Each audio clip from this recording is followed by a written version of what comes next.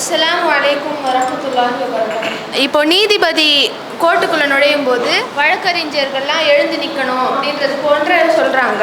அப்போது இஸ்லாமியர்கள் நீதிபதி ஆக முடியாதா? ஏன்னா இது இஸ்லாத்துக்கு மாற்றமானதாக இருக்குல்ல. இஸ்லாமியர்கள் நீதிபதிகளாகவோ அல்லது வக்கீல்களாகவோ போகக்கூடிய அந்த துறையை தேர்வு செய்யலாமா?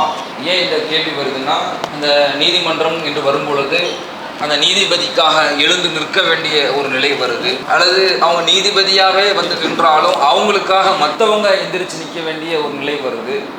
யாருக்காகவும் யாரும் எழுந்து நிற்கக்கூடாது அப்படின்னு அல்லாஹ்வுடைய தூதரவங்க கடுமையாக நமக்கு சொல்லியிருக்கிறாங்க. அப்படி இருக்கும் பொழுது இப்படியாக எழுந்து நிற்கக்கூடிய நிலையில சில துறைகள் இருக்கிறத, அது மாதிரியான இந்த துறைகளை நாம தேர்வு செய்து போகலாமா? இப்படியான ப்ரொஃபஷனுக்கு நாம போகலாமா?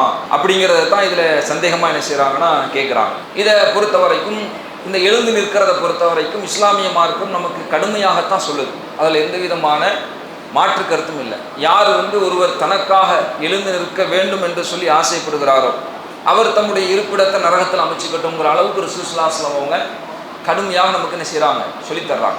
அப்போ இந்த எழுந்து நிற்குதலை பொறுத்த வரைக்கும் மார்க்கம் அதை இரண்டாக பிரிக்கிறது. ஒன்று என்னன்னா மரியாதைக்காக எழுந்து நிற்கிறது, இன்னொன்று வரவேற்கிறதுக்காக எழுந்து போகிறது. வரவேற்கிறதுக்காக எழுந்து நிற்பதும் மரியாதைக்காக எழுந்து நிற்பதும் என்று சொல்லி இரண்டு விதமாக மார்க்கம் நமக்கு இதை என்ன செய்து பிரித்து சொல்லுது. இதை எப்படி நம்ம பார்க்கலாம் அப்படின்னா, ரசூலுல்லாஹி ஸல்லல்லாஹு அலைஹி வஸல்லம் அவங்களுக்கு தன்னுடைய பிள்ளைகளில் மிகவும் விருப்பமான பிள்ளையாக ஃபாத்திமா ரலியல்லாஹு அன்ஹா அவங்க என்ன செஞ்சிருக்கிறாங்க, இருந்திருக்கிறாங்க. அந்த ஃபாத்திமா ரலியல்லாஹு அன்ஹா அவங்க வீட்டுக்கு, ரசூலுல்லாஹ்வுடைய வீட்டுக்கு வந்தாங்கன்னா ரசூலுல்லாஹ் எந்திரிச்சு போய் அவங்கள வரவேற்று கையில் முத்தம் கொடுத்து தன்னுடைய இருப்பிடத்தில் அமர வைப்பாங்க.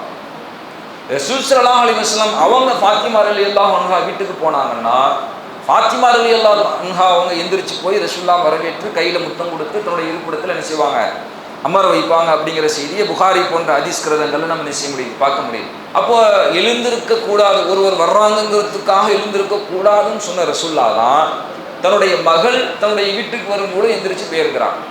அப்போ கூடாதுன்னு சொல்லிட்டு இங்கே செய்கிறாங்களே, முரண்பாடானா முரண்பாடு கிடையாது.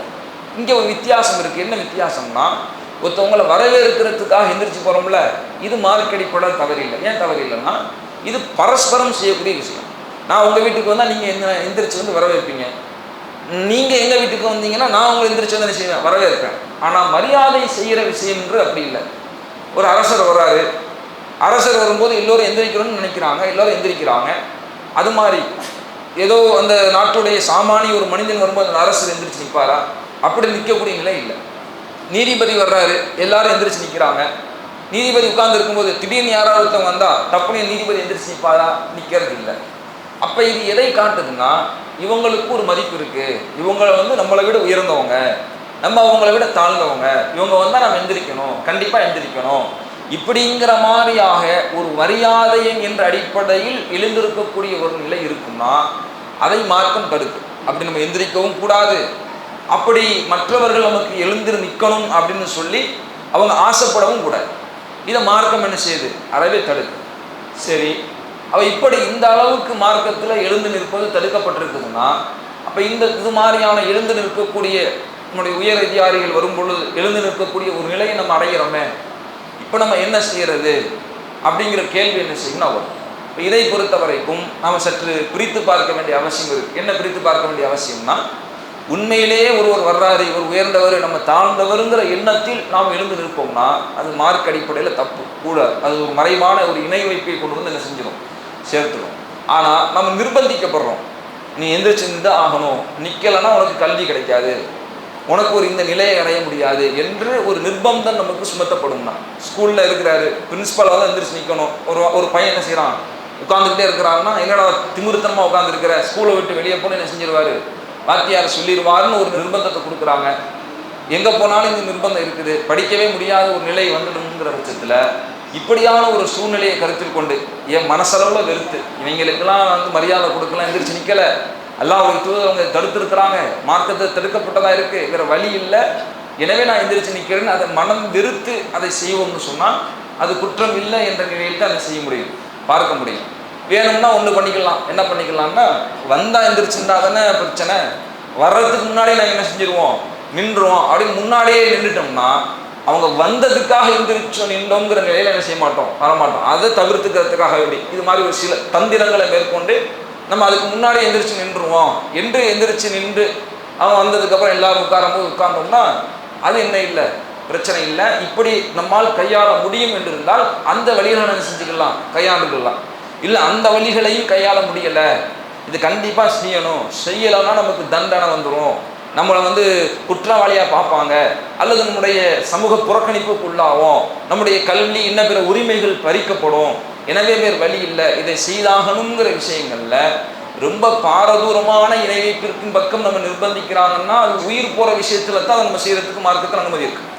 சிறுக்கு மாதிரியான நேரடியான பாரதூரமான விஷயங்களை நாம் நிர்பந்தத்தின் போது செய்யலாம். எந்த நிர்பந்தம் தெரியுமா? உயிர் போயிடும். கழுத்துல கத்திய வச்சு ஜெய் ஸ்ரீராம் சொல்லலைன்னா குத்திடுவேன் அப்படிங்கிறான். அப்போ நம்மளை தற்காத்துக்கிறதுக்காக உள்ளத்துல ஈமான் இருக்கு, ஆனால் வாயளவுல பொய்யா என்ன சொல்றோம், அப்படி சொல்றோம்னா மார்க்கத்தில் தப்பில்லை. அதை ரசூல் ஸல்லல்லாஹு அலைஹி வஸல்லம் நமக்கு விளக்குறாங்க. அது மாதிரி உயிர் போகக்கூடிய நிர்பந்தமான நேரங்களில் மிகப்பெரிய பெரும்பாவமான பாரதூரமாக இருக்கிற சிறுக்கையும் கூட ஒருவர் போலியாக என்ன செய்யலாம், வெளிப்படுத்தலாம் அப்படிங்கிற மார்க்கம் நமக்கு என்ன செய்யுது சொல்லுது. இப்போ இது மாதிரியான பாரதூரமான பாவங்களுக்கு அது உயிர் போகும் தருவாய்ங்கிற நிர்பந்தத்தில் நம்ம அடைஞ்சிருக்கோம். இப்போ மற்ற விஷயங்கள்ல அது பெரிய அளவுக்கு பெரும்பாவத்தை கொண்டு போய் சேர்க்கக்கூடிய நிலை இல்லாவிட்டாலும் அதனுடைய சாயல் இருக்கிறது என்று இருந்தாலும் கூட அதையும் நாம் தவிர்ந்திருக்கணும். அதிலும் நாம் தவிர்ந்திருக்க முடியலை, இதை செஞ்சுதான் ஆகணும், வேற வழி இல்லை, அப்படியான ஒரு நிர்பந்தத்தில் இருக்கிறோம். இப்படியே நம்ம புறக்கணிச்சு போனால் கல்வி வேணாம், இந்த பதவி வேணாம், இந்த துறை வேணாம்னு புறக்கணிச்சு போனால் எனக்கு பாதிப்புங்கிறத தாண்டி இந்த சமுதாயத்திற்கே ஒரு பின்னடைவு வந்துடும். இந்த மார்க்கத்தை இந்த நாட்டில் நம்ம கடைபிடிக்கிறதுக்கே அது ஒரு பாதகமாக பின்னால் என்ன செஞ்சிடும் அமைஞ்சிடும். அப்படிங்கிற மாதிரியான ஒரு பார்வையில் முஸ்லீம்கள் சட்டத்துறையில் இருக்கணும், முஸ்லீம்கள் போலீஸ் துறையில் இருக்கணும், முஸ்லீம்கள் அரசியல் துறையில் இருக்கணும். இப்படியான ஒரு துறைகளில் முஸ்லீம்களுடைய அந்த ஆதிக்கம் பங்களிப்பு அப்படிங்கிறது இருக்கணுங்கிறதுக்காக வேண்டி இணை வைப்பு என்கின்ற பெரும்பாவத்தின் நிலைக்கு சென்று விடாத அளவிற்கு சில விஷயங்கள்ல இருந்து நாம் தவிர்ந்திருக்க முடியாத சூழ்நிலைகளில் மனம் வெறுத்து அது அந்த மாதிரியான காரியங்கள் நம்ம செய்வோம்னு சொன்னால் அது மார்க் அடிப்படையில் என்ன இல்லை, பிரச்சனை இல்லை. ஆனால் அதுவும் என்ன வரையறைனா சட்டமாக இருக்கணும்.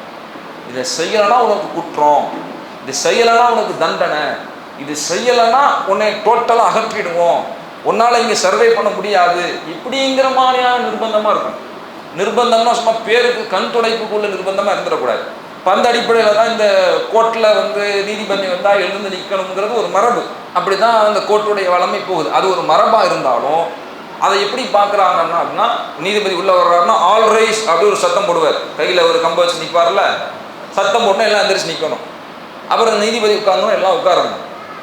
இப்படி சொல்லும் போது யாராவது எந்திரிச்சு நிற்கல அப்படின்னா அவங்க நீதிமன்ற அவமதிப்பு, நீதிபதி என்ன செஞ்சுட்டாங்க அவமதிச்சுட்டாங்கன்னு சொல்லி ஒரு எச்சரிக்கையை கொடுப்பாங்க. திரும்ப அதே நிலை தொடருது அப்படின்னா கண்டெம்ட் ஆஃப் கோர்ட்ஸ் ஆக்ட் 1971 அப்படிங்கிற அந்த சட்டப்பிரிவின் அடிப்படையில் செக்ஷன் 12 அடிப்படையில் 6 மாதம் வரைக்கும் ஜெயிலு, அதிகபட்சம் 2000 ரூபா அபராதம் இல்லையா, இந்த ரெண்டையும் சேர்த்து அவருக்கு விதிக்கக்கூடிய நிலைக்கு என்ன செய்கிறாங்க, ஒரு சட்டமாக அதை ஆக்கி வச்சிருக்கிற காரணத்தினால வேற வழியே இல்லை என்ற நிலையில் இதை நம்ம கடைபிடிச்சு தான் ஆகணும்னு பொழுது மனம் வெறுத்தவர்களாக மனம் முரண்டவர்களாக நம்ம அதை செய்வோம்னா தப்பில்லை.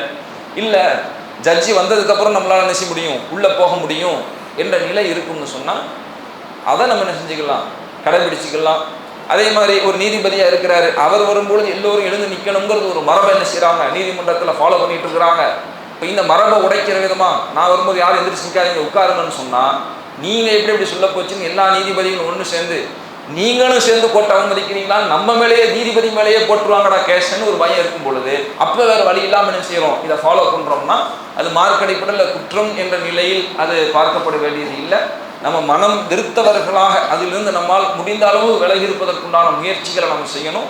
அதை தாண்டிய ஒரு நிலையில் இது போன்ற சில விஷயங்களில் நாம் தவிர்க்க வேண்டிய நிலை இல்லாத பொழுது அதை நம்ம தந்திரமாக கையாளுவதற்கு முயற்சி செய்யணும். அதுவும் இல்லைங்கும் பொழுது மனம் வெறுத்தவர்களாக அதை நம்ம செய்வதில் என்ன இல்லை, பிரச்சனை இல்லை. இது சமுதாயத்தின் பாதுகாப்பு கருதி, சமுதாயத்தினுடைய வளர்ச்சியை கருதி, சமுதாயத்துடைய அந்த மார்க்க நிலையை அவர்கள் இந்த நாட்டில் கடைபிடிப்பதற்குண்டான உத்தரவாதத்தை கருதி செய்யப்படக்கூடிய முடிவு.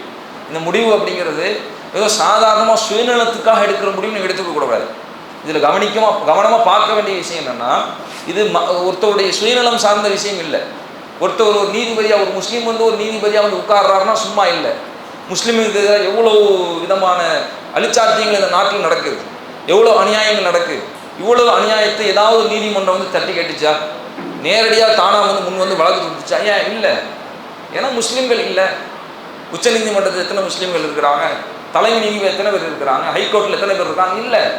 அப்போ அந்த நிலையை அடையாததன் விளைவு நம்முடைய மார்க்கத்தை இந்த நாட்டில் கடைபிடிப்பதற்கே அது ஒரு பாதிப்பாக வந்து நிற்கும்னா, சமுதாய நலன் கருதி இது போன்ற விஷயங்களை நாம் புறக்கணித்து அதை கண்டுகொள்ளாமல் மனம் வெறுத்து நாம் அதை செய்வோம்னு சொன்னால் மார்க்க அடிப்படையில் என்ன இல்லை, பிரச்சனை இல்லை அப்படிங்கிறத இதுக்கு பதிலாக சொல்லுவோம். அல்லாஹு அக்பர், அல்லாஹு அக்பர்.